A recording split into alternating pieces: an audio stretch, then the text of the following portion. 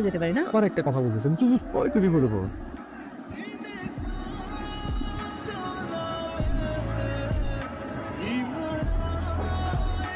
Propose করা যাবে না। প্রপোজ করলে আসলে হবে কি, বন্ধুত্ব আর ওর সামনে গিয়ে কথাগুলো বলবো, মানে সামনে গেলে না আমার তোমাকে দম বন্ধ লাগে।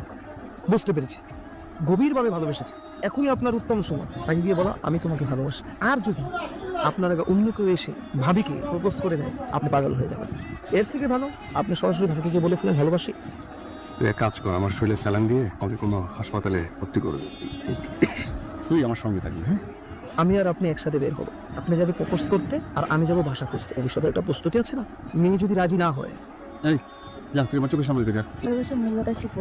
কিন্তু একবার ছাকা খেয়ে দেখা হয়ে গেছে, ও নিজে থেকে জীবনেও আর তোরে কিছু বলবে না। আমি একটা মেয়ে ওকে প্রপোজ করবো, নিজেকে ছ্যাঁচড়া ছ্যাঁচড়া মনে হচ্ছে। কিন্তু আবার যদি আমি না করি তো জীবনও বলবে না। তুই শুধু ওর প্রতি তোর অনুভূতিটা বোঝা।